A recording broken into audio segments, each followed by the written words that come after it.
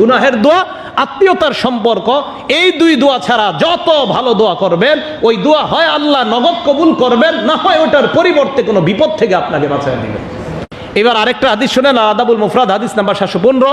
হাদিসের বর্ণনাকারী আবু সাঈদ খুদরি রাদিয়াল্লাহু তাআলা আনহু উনি বলেন, মা মিন মুসলিমিন ইয়াদউ, কোন মুসলমান যখন দোয়া করে, দোয়া করার পর দোয়ার মধ্যে দুইটা চাওয়া যাবে না, গুনাহ অথবা আত্মীয়তার সম্পর্ক নষ্ট করার দোয়া। এই দুই দোয়া ছাড়া মুসলমান যখন দোয়া করে ওই দোয়ার তিনটা অবস্থা হয়। এক নাম্বার, ইম্মা আইয়ু আজ্জিলা লাহু দাওয়াতা, নগদ আল্লাহ তার দোয়া কবুল করবেন হয়তো। যদি এটা না করেন, ওয়া ইম্মা আইয়াদফা আনহু সুআ মিসলাহু, হয়তো আল্লাহ তার একটা বিপদ দূর করে দিবেন।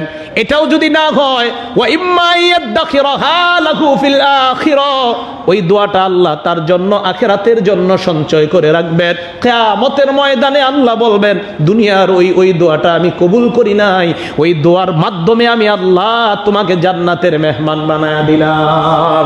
তাহলে দোয়া করলে কয় অবস্থা? তিন অবস্থা। হয়তো নগদ কবুল করবে, না হয় আখিরাতের জন্য আল্লাহ সঞ্চয় করবেন, না হয় আল্লাহ আপনার কোনো একটা বিপদ থেকে আপনাকে হেফাজত করবে।